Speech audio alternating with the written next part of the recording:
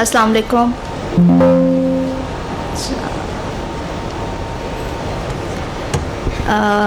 आप सब कुछ प्रैक्टिकल करने का टाइम है। कौन कौन सा इस वक्त आप लोगों से स्टूडेंट जो है वो पेशेंट देख रहा है, dealing with patients? All students? No patients?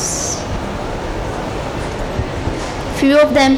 अच्छा, अभी कुछ स्टूडेंट से मैम फरजाना ने पूछा भी था कि आप लोगों में से कौन एक्सरसाइज करता है, कौन कौन करता है? किस किस ने हाथ खड़ा किया था? मैं आगे थी, मुझे नज़र नहीं आया कौन कौन था।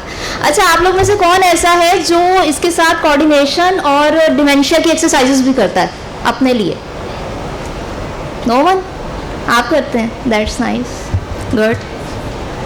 अच्छा, अब हम कुछ फंक्शनल असेसमेंट पे बात करेंगे कि फंक्शनली हमें पेशेंट के अंदर क्या असेसमेंट्स करनी चाहिए। जब हमारे पास कोई पेशेंट ओपीडी में टर्न होता है, हम किसी को होम विजिट देने जाते हैं, तो पेशेंट्स में कौन कौन सी ऐसी चीज़ें हैं जो हमें उसकी करंट कंप्लेन के साथ देखनी चाहिए, रिगार्डलेस के पेशेंट ने हमें वो कंप्लेन की है या नहीं की है। पेशेंट फ्रोजन शोल्डर के साथ था, 65 की एज थी, पेशेंट नी पेन के साथ था, बैक एक थी उसकी, लेकिन कुछ ऐसे बेसिक टेस्ट हैं या असेसमेंट के क्वेश्चंस हैं जो हर पेशेंट से पूछने चाहिए ताकि आप उसको एक होलिस्टिक ट्रीटमेंट दे सको।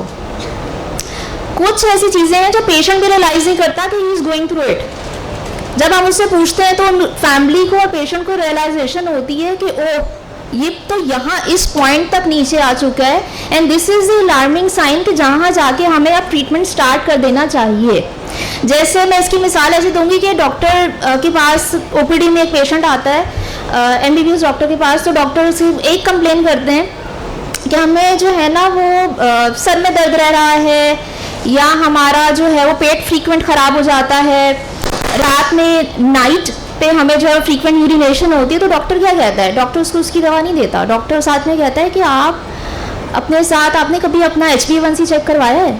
आपने कभी अपनी डायबिटीज़ चेक करवाई है? क्लिनिक में आके बैठते तो सबसे पहले उसका ब्लड प्रेशर चेक होता है, वो ब्लड प्रेशर की शिकायत से तो नहीं आया था। तो कुछ बेसिक असेसमेंट्स के पॉइंट्स हैं जो एनी हाउ हमारा पार्ट ऑफ असेसमेंट बनना चाहिए, और उसके बाद उसको हमारी ट्रीटमेंट में भी इंडल्ज होना चाहिए, being a physiotherapist, being a health care professional. सही है? तो हम अब उसी असेसमेंट पॉइंट्स पे बात करेंगे। जैसे पहले सर इरफान ने भी बताया, मैम फरजाना ने भी, कि ये होलिस्टिक अप्रोच है, बहुत सारे डोमेन्स को टच करना चाहिए। इसको मेडिकेशन रिव्यू होना चाहिए, पेशेंट की डिटेल हिस्ट्री होनी चाहिए आपके पास, न्यूट्रिशनल स्टेटस, उसकी कॉग्निशन कैसी है। लेकिन अभी मेरा फोकस यहाँ पे सिर्फ फंक्शनल असेसमेंट पर होगा, जाके आप अपने लिए कुछ टेक होम कर सकें, आप कुछ टेक होम मैसेजेस लेके जा सकें जो then and there from right today आप इम्प्लीमेंट कर सकें अपने पेशेंट्स के ऊपर। और ये असेसमेंट क्यों ज़रूरी है? ताकि हम पेशेंट्स के अर्ली साइंस को डिटेक्ट कर सकें, उसकी डिजीज़ को प्रोग्रेस करने से रोक सकें, और हमें भी बताओ कि पेशेंट को आगे कहाँ रेफरेंस की नीड है। Either we could deal it by ourselves, या हमें पेशेंट को आगे कहीं रेफर करना है जहाँ पर उसकी मज़ीद असेसमेंट और मज़ीद ट्रीटमेंट के ऑप्शंस उसको मिल पाएंगे। एज मैम फरजाना सेड कि these are the basic points जहाँ पर हम असेसमेंट कर सकते हैं। These are the ADLs. ADLs are the activities of daily living. Then instrumental activities of daily living, frailty, physical activity level, dementia, coordination, cognition, इन सारे factors को address कर सकते हैं, लेकिन with in 5 minutes. Believe me, balance का कोई भी test ऐसा नहीं है जो 10 सेकंड से ज़्यादा लेता हो। पेशेंट की एक्टिविटीज़ ऑफ डेली लिविंग, वो तो आपको स्टार्ट ही वहाँ से करता है। पेशेंट ये नहीं कहता मेरे शोल्डर में दर्द है, वो कहता है हाथ ऊपर नहीं जा रहा, कमीज़ पहनने में दर्द होती है। पेशेंट ये कहता है मुझे नाइट में पेन है, रात को नींद नहीं आती प्रॉपर। पेशेंट का जो कंप्लेन है वो आप वहाँ से सॉर्ट आउट करते हैं कि अच्छा आपको कंधे में, इसका मतलब है कहीं फ्रोजन शोल्डर है, एडहेसिव कैप्सुलाइटिस है, आपका पुल्ड शोल्डर है, वो आप डायग्नोज करते हैं। पेशेंट की कंप्लेन हमेशा अपनी ADL से स्टार्ट होती है कि अब मेरी एक्टिविटीज़ में यहाँ पर रिस्ट्रिक्शन आना शुरू हो गई है, और उस रिस्ट्रिक्शन को एलेबोरेशन आपने करवानी है कि क्या ये भी हो रहा है, ये भी हो रहा है, इसके साथ कहाँ कहाँ रिस्ट्रिक्शन आ रही है। फ्रैलिटी पे बहुत डिटेल में बात की सर ने भी, मैम ने भी, सेम स्लाइड है। इसमें सेम पॉइंट्स हैं, लेकिन being a physical therapist, being a health care worker, सिर्फ अगर हमें ये देखना है कि पेशेंट का एक्टिविटी लेवल कितना है, उससे फ्रेलिटी के कितने चांसेस हैं, तो उसका एनर्जी लेवल देखना है। लास्ट पॉइंट देखें, पेशेंट के अंदर कितने कैलोरीज उसकी कंज्यूम होनी चाहिए पर वीक कंजम्पशन कितना है उसका। मेल के अंदर थोड़ा ज़्यादा है, फीमेल के अंदर कम है, लेकिन हम कैलोरीज तो डायरेक्ट कैलकुलेट कर ही नहीं सकते किसी भी पेशेंट की, किसी भी क्लाइंट की। आप उसको इन टर्म ऑफ आवर्स देखते हैं, इन टर्म ऑफ डिस्टेंस देखते हैं। तो अगर मैं इन कैलोरीज को रफ एंड टफ कैलकुलेट करूं उसकी फिजिकल एक्टिविटी में, तो अगर वो 90 मिनट्स से 100 मिनट्स की activity within a week भी नहीं कर पा रहा, तो इसका मतलब है कि he is at high risk of frailty. ये मेल के लिए। फीमेल में 70 to 80 मिनट्स, 70 से 80 मिनट एक वीक, एक हफ्ते के अंदर। मैम तो अभी कह रही थी 2 घंटे भी बैठे रहोगे तो फिजिकली इनएक्टिव हो जाओगे। तो आप ये देखें कि फ्रैलिटी किस हद तक हम उसको लेवल पर जाके कैलकुलेट कर सकते हैं कि आपने सिर्फ उसके आवर्स कैलकुलेट करवाना है। दिन हफ्ते में 10 मिनट वॉक की थी, दिन में कितनी बार की थी, वॉशरूम जाने में कितना टाइम लगा था, आप वो वाले नंबर्स भी कैलकुलेट करें, तो उसमें भी अगर पेशेंट का लेवल इससे डाउन हो जाता है तो वो वैसे ही रोबस्ट की कैटेगरी से बाहर निकल जाता है। फ्रैलिटी का स्कोर बहुत अच्छा है, डिटेल में पढ़े हैं। डिमेंशिया को भी हाईलाइट करता है कि पेशेंट के अंदर डिमेंशिया कितना है, लेकिन डिमेंशिया के साथ रिसर्च ये कहती है कि अगर इसमें पेशेंट लेवल 5 पे फॉल करता है तो इसका मतलब है कि अब उसको एक प्रॉपर रिव्यू की नीड है, जिसमें उसको प्रैक्टिशनर देखे, उसको हेल्थ केयर वर्कर देखे, साइकेट्रिस्ट साइकोलॉजिस्ट देखे, न्यूट्रिशन रिव्यू करवाएं, उसको फिजियोथेरेपिस्ट रिव्यू करे, सिर्फ लेवल 5 से नीचे। और लेवल 5 क्या है? अगर हम लेवल 5 देखें तो these are the people have evident slowing, they are not slow, they are evident they are going to slow down. पहले उतनी तेज़ी से सीढ़ी चढ़ लेते थे, अब इतनी तेज़ी से चढ़ी नहीं जाती, लेकिन मैं चढ़ लेता हूँ, मैं अच्छा चलता हूँ, वॉक अच्छी करता हूँ। पहले स्पीड अच्छी मेंटेन हो जाती थी, पहले मैं 35 मिनट में 45 मिनट में जितना डिस्टेंस कवर करता था, अब मैं उतना डिस्टेंस कवर नहीं कर पा रहा हूँ, लेकिन 45 मिनट्स में पूरे देता हूँ। तो स्लोइंग डाउन है, एविडेंट स्लोइंग है, बट इट्स नॉट एक्चुअली कि वो अपनी एक्टिविटीज़ को कम कर रहा है, एक्टिविटी पूरी हो रही है। इंस्ट्रूमेंटल एक्टिविटीज़ में हेल्प चाहिए, एडीएस तो आसानी से हो जाती हैं। और हम कहते हैं हमारे बुजुर्ग अगर घर पे अपने काम कर रहे हैं, खाना खा लेते हैं, वॉशरूम चले जाते हैं, चेयर से उठ के बिस्तर पे बैठ जाते हैं, तो ये बहुत है।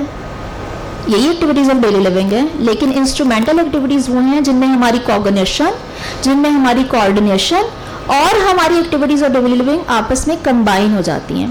तो लेवल 5 पे वो अपनी एडीएस पूरी कर रहा है, लेकिन उसकी इंस्ट्रूमेंटल एक्टिविटीज़ नहीं है। तो अगर उसकी इंस्ट्रूमेंटल एक्टिविटीज़ भी ख़त्म होती जा रही हैं और उसके साथ वो स्लो डाउन हो गया है, तो this is the point they need a checkup. Activities of daily living, बात खुद ले लेता है, dressing, bathing, eating, toileting, transferring, सब एक्टिविटीज़ इंडिपेंडेंट कर पा रहा है। ये वो चीज़ें हैं जिसके लिए सिर्फ मसल स्ट्रेंथ चाहिए, नथिंग एल्स। बचपन से ये सारे काम करते आ रहे हैं, खाना आगे रखा, मुंह में डाला, ब्रेन की इसमें कोऑर्डिनेशन रिक्वायर्ड नहीं है। ब्रेन की कोऑर्डिनेशन रिक्वायर्ड वहाँ है जहाँ पर आप 2 टास्क एक साथ कर लोगे, वहाँ ब्रेन को कोऑर्डिनेट करना पड़ता है। वैसे इसमें छोटी सी एक्टिविटी हम कर सकते हैं, हम आप लोगों की कोऑर्डिनेशन भी चेक कर सकते हैं। Do you want to? Setting में आपको नहीं करनी, आप नहीं कीजिएगा। I have seen you doing this. Okay, सिर्फ अपने हाथ यूँ करने हैं, थम्स ओपन करें, लिटिल फिंगर ओपन करें, लिटिल फिंगर बंद कर लें, थंब खुले रखें। आप दोनों थंब बंद कर लें और फिंगर्स खोल लें, फिंगर्स बंद कर लें, थंब खोल लें। आसान है ना? अब ये करना है कि इस हाथ की थंब खोलना है, इस हाथ की फिंगर खोलनी है। अब स्विच करना है, अब इधर स्विच करना है, इधर स्विच करना है। हो रहा है? लेकिन वो एक साथ नहीं हो रहा, वो छोड़ छोड़ के हो रहा है। तो आपको बस ये कोऑर्डिनेशन की एक्सरसाइज आप लोगों के लिए, आपको दोनों फिंगर्स थंब ओपन करने हैं, फिर फिंगर्स ओपन करनी है, और फिर सिर्फ थंब और फिंगर ऑपोजिट। हम अपने पेशेंट्स को यहाँ करवाते हैं, इस हाथ का थंब, इस हाथ की फिंगर, इस हाथ का थंब, इस हाथ की फिंगर। स्टार्ट करें। हमारी अपनी एक कोऑर्डिनेशन अच्छी नहीं होती, मेरी भी इतनी अच्छी नहीं है सीरियसली। तो ये छोटी सी एक्टिविटी है ब्रेन कोऑर्डिनेट करने के लिए। सिंपल एक और, इस हाथ की फिंगर इस हाथ के थंब से ज्वाइन करें, इस हाथ की फिंगर इस हाथ के थंब से ज्वाइन करें, बाकी अपनी फिंगर्स को क्लोज कर लें। Doing easy. स्विच कर दें, लैडर बनाएं, लैडर। गुड। तो ये बहुत छोटी छोटी सी एक्टिविटीज़ हैं जो हम अपने पेशेंट्स को भी बता सकते हैं। सिंपल हाथ का स्विच करना, हाथ स्विच करना है, बहुत सिंपल है। जो लोग सिर्फ बेड बाउंड हैं, जो कुछ भी नहीं कर सकते, उनके लिए कोऑर्डिनेशन यहाँ से स्टार्ट करें, सिंपल एक्टिविटी से। ठीक है, तो ये एक्टिविटीज ऑफ डेली लिविंग है हमारी। उसके साथ इंस्ट्रूमेंटल एक्टिविटीज जहाँ कोऑर्डिनेशन कंबाइन हो जाती है। Using a phone. हमारे घर में 65 साल के लोग जो हैं, जब जिसके घर में 65 साल के लोग हैं, वो दिमाग में अपने घर वालों को लाना शुरू करे और सोचे कि उसके घर में से कौन कौन शख्स ये सारे काम कर लेता है। सिर्फ जिनकी 65 साल से ज़्यादा की उम्र है। और मैम ने कहा वैसे फ्रैलिटी की कोई एज नहीं है, आप कम वालों से भी शुरू कर सकते हैं। आप देखें इसमें से कौन कौन आपके घर में ये सारे काम कर सकता है। Using a phone. वैसे जब से मोबाइल फ़ोन आए ना, ये वाले वो डायल वाले फ़ोन, हमारे 65 साल वाले वो यूज़ करने की आदी थे, बटन वाला, तो उसमें थोड़ा रिलैक्सेशन दी जा सकती है उनको। Preparing a meal independently. No. Laundry, कपड़े धो सकते हैं अपने, वैसे हम धोने भी नहीं देते। मैनेजिंग मेडिकेशन, दवाइयाँ याद रहती हैं, कौन सी दवाई सुबह में खानी थी, कौन सी दवाई रात में खानी थी। 4 से ज़्यादा दवाइयाँ हों तो वैसे हमें भी याद नहीं रहती, हम रंगों से याद करना शुरू कर देते हैं उसको। पेशेंट में तो रंग भी याद नहीं रहते उनको, कलर्स भी याद नहीं रहते, इसलिए उनकी जब एक्टिविटीज़ होती हैं तो वो डिफरेंट कलर्स की चीज़ों के साथ होती हैं ताकि वो लीस्ट कलर मैच कर सकें। डिमेंशिया के लिए, कोऑर्डिनेशन के लिए जो एक्सरसाइजेज होती हैं वो कलर्स के साथ बहुत अच्छी रहती हैं। है shopping, they can shop for their self, online shopping नहीं, जाके खरीदने वाली। हाउसकीपिंग, घर को मैनेज करना। ट्रांसपोर्टेशन, हम ही लेके जा रहे होते हैं, हम ही घर वापस लेकर आ रहे होते हैं। गाड़ी में बैठना कहाँ है, कौन सी सीट पर बैठेंगे, पीछे बैठा नहीं जा रहा तो आगे बैठना शुरू कर दें क्योंकि पीछे की सीट आपके लिए कंफर्टेबल नहीं है। तो ट्रांसपोर्टेशन भी कैसे होगी, किस वे से होगी, वो भी कंफर्ट जोन हम बना देते हैं उनका। देन मैनेजिंग फाइनेंस, जैसे मैम ने कहा पैसे गिनने को तो दें, उन्हें यही याद नहीं होता दिन कौन सा चल रहा है, तारीख कौन सी चल रही है, टाइम कौन सा चल रहा है। और हमारे एल्डरली जो हैं वो रात में जागना शुरू कर देते हैं और दिन में सोना शुरू कर देते हैं, उनकी टाइम क्लॉक ही रिवर्स हो जाती है। बिल्कुल, रात में जागेंगे, दिन में सोएंगे, रात में नींद नहीं आती। फिर जब यहाँ हॉस्पिटल आते हैं तो हम कहते हैं अंकल आप पूरी रात सोए नहीं। बेटा घर पे भी जागता रहता हूँ, घर पे भी नींद नहीं आती, घर पे भी यही रूटीन है कि दिन में जागता हूँ, दिन में सोता हूँ, रात में जागता हूँ। तो यहाँ पे वो टाइम क्लॉक रिवर्स हम जितनी भी चेंज करने की कोशिश करें नहीं हो पाती। अच्छा, time up and go test. अब हम कुछ टेस्ट की बात करेंगे जो फंक्शनल असेसमेंट के लिए हैं। You all can use and you should use them in your daily practice from today. Time up and go test बहुत इजी टेस्ट है। ये आपका स्टैटिक बैलेंस और डायनामिक बैलेंस को कंबाइन करता है। You simply have to stand up from a chair, walk a 3 meter distance, then turn around and come back. आपको जितना टाइम लगता है उसी से, सिर्फ वो टाइम मेजर करने से वी कैन टेल कि एक पर्सन जो है वो डिलेड रिस्पॉन्सेज की तरफ चल रहा है, उसका डायनामिक बैलेंस कैसा है, स्टैटिक बैलेंस कैसा है, और इसमें कहाँ से हमें स्टार्ट लेने की नीड है। जितने भी बैलेंस के टेस्ट हैं, जितने भी कोऑर्डिनेशन के टेस्ट हैं, वो आपको स्टार्टिंग पॉइंट भी बताते हैं। आप टेस्ट करें जहाँ पेशेंट आपको लगता है कि यहाँ पे इसमें लेकिन है, वही उसका स्टार्टिंग पॉइंट है, वहीं से उसको एक्सरसाइजेस स्टार्ट करवाएं। इसकी एग्जांपल मैं आगे कोट करती हूँ जहाँ पर हम गेट टेस्ट करेंगे स्टैटिक बैलेंस की। 4 स्टेज बैलेंस टेस्ट, सिंपल। आप सबका बैलेंस अच्छा होगा ना, अभी ये जितनी कम है सबका अच्छा होगा नहीं? अच्छा होगा, आई कैन बेट इट। अच्छा, खड़े होके दिखाएं। आज मेरे पाँव की पोजीशन देखेंगे? I am standing like this. मेरी आवाज आ रही है? नो और yes? This way, this way. पाँव जोड़ लें, आपस में जोड़ लें, पाँव जोड़ें। खड़ा आवाज आ रहा है? हाथ भी लिफ्ट हो रहा है, ऊपर भी जा रहा है। You can do it, you can do it. अच्छा, टेंडम बना लें, tandem, foot tandem position. This one, this one, tandem position. एक पाँव आगे, एक पाँव पीछे, 50% से बन गया। अब हाथ ऊपर करें, कितनों भी घुटने ऐसे ऐसे करना है। टेंडम पोजीशन ही नहीं बनाई हुई, इसीलिए नहीं हो रहे। टेंडम पोजीशन में आपको अपना एक पाँव 50% दूसरे पाँव के साथ अलाइन करके रखना है, और फुल टेंडम एक पाँव दूसरे पाँव के आगे। सर ऐसे, सर ऐसे, ऐसे शेकिंग। बैठे प्लीज। फुल टेंडम पोजीशन बनाई थी किसी ने? किसका शेकी नहीं हुआ? आ जाए प्लीज कम, प्लीज कम, जिसका शेकी नहीं हुआ। Full tandem, that's nice, it's good. Start. No, this is not full tandem, this is full tandem. Yes, good. Clapping यार, इतना अच्छा बैलेंस है। Thank you.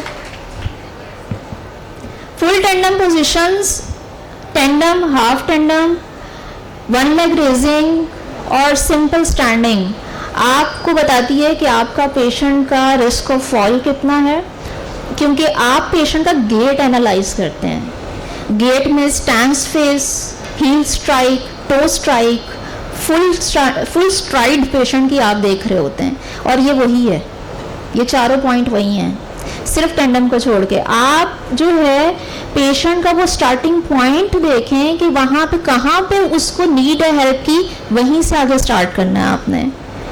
वही आपका एक्सरसाइज पॉइंट है। टेंडम नहीं हो पा रहा, टेंडम से ही स्टार्ट करें, टेंडम में खड़ा होना शुरू करें। 10 सेकेंड्स, मैंने आपसे कहा 10 सेकेंड बहुत होते हैं बैलेंस असेसमेंट के लिए। अगर किसी ने 10 सेकेंड कर लिए तो इसका मतलब है कि उसका बैलेंस अच्छा है।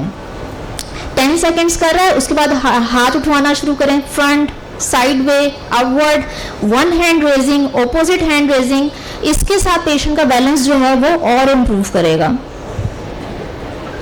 फ्रैट स्केल, ये बहुत सारे स्केल्स हैं जो मैं आगे भी टर्न अप करती जाऊंगी, लेकिन ये सारे स्केल्स का पर्पस सिर्फ एक ही है। किसी में 52 पॉइंट्स हैं, किसी में 19 पॉइंट्स की रीडिंग्स हैं, डिफरेंट रीडिंग्स हैं पॉइंट्स के अंदर, लेकिन ये सब स्टैटिक बैलेंस, डायनामिक बैलेंस और आपका गेट एनालाइज करते हैं, जिसमें किसी में स्कोरिंग डिफरेंट है, किसी में डिफरेंट है, लेकिन आपको चूज करना है वाइजली अपने लिए स्केल कि आपके पास ओपीडी सेटअप में कितना टाइम है, आपके पास पेशेंट असेसमेंट के लिए कितना टाइम है।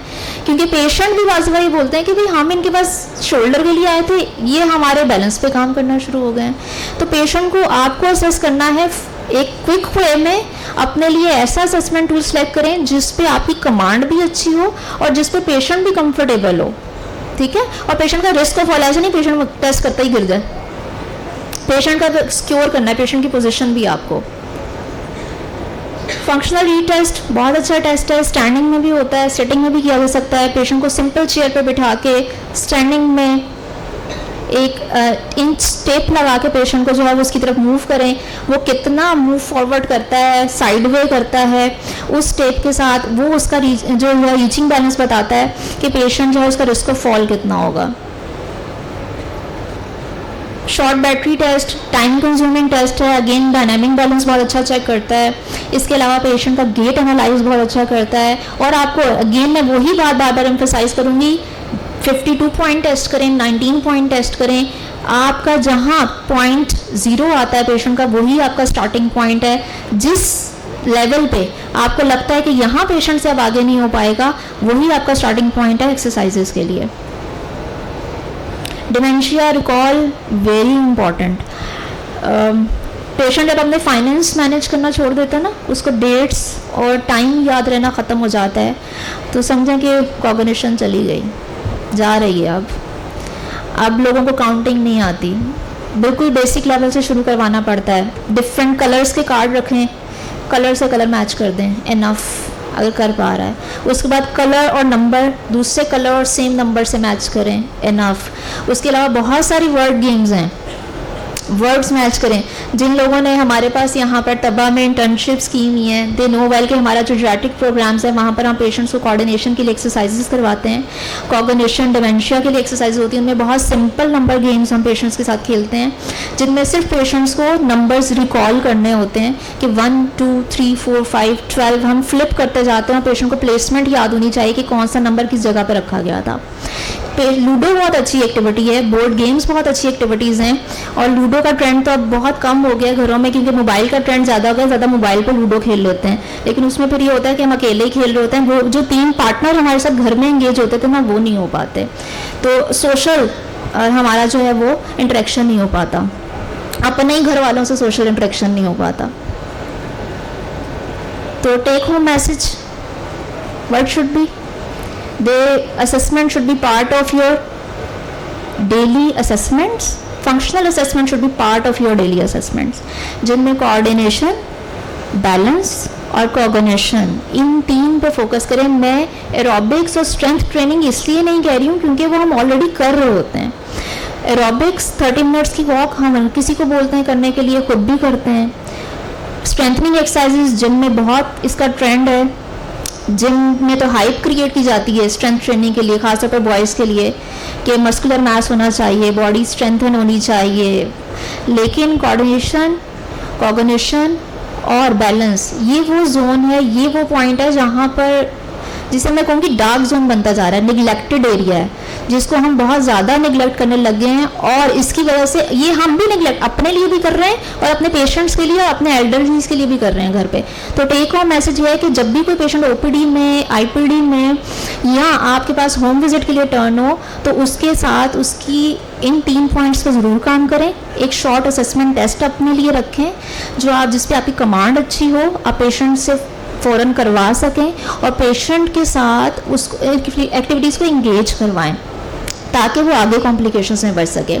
जो फ्रैलिटी का स्कोर है वो आपको फर्दर असेसमेंट रेफरल के लिए एक बहुत अच्छा पॉइंट देता है, उस पर ज़रूर पढ़िएगा, गौर कीजिएगा कि कहाँ कहाँ हम पेशेंट की हेल्प कर सकते हैं।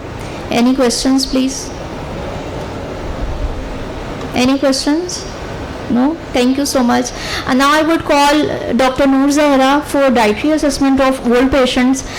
एक अच्छी सी क्लैपिंग तो बनती है आप सबके लिए, अच्छी एक्टिविटी की है। Thank you.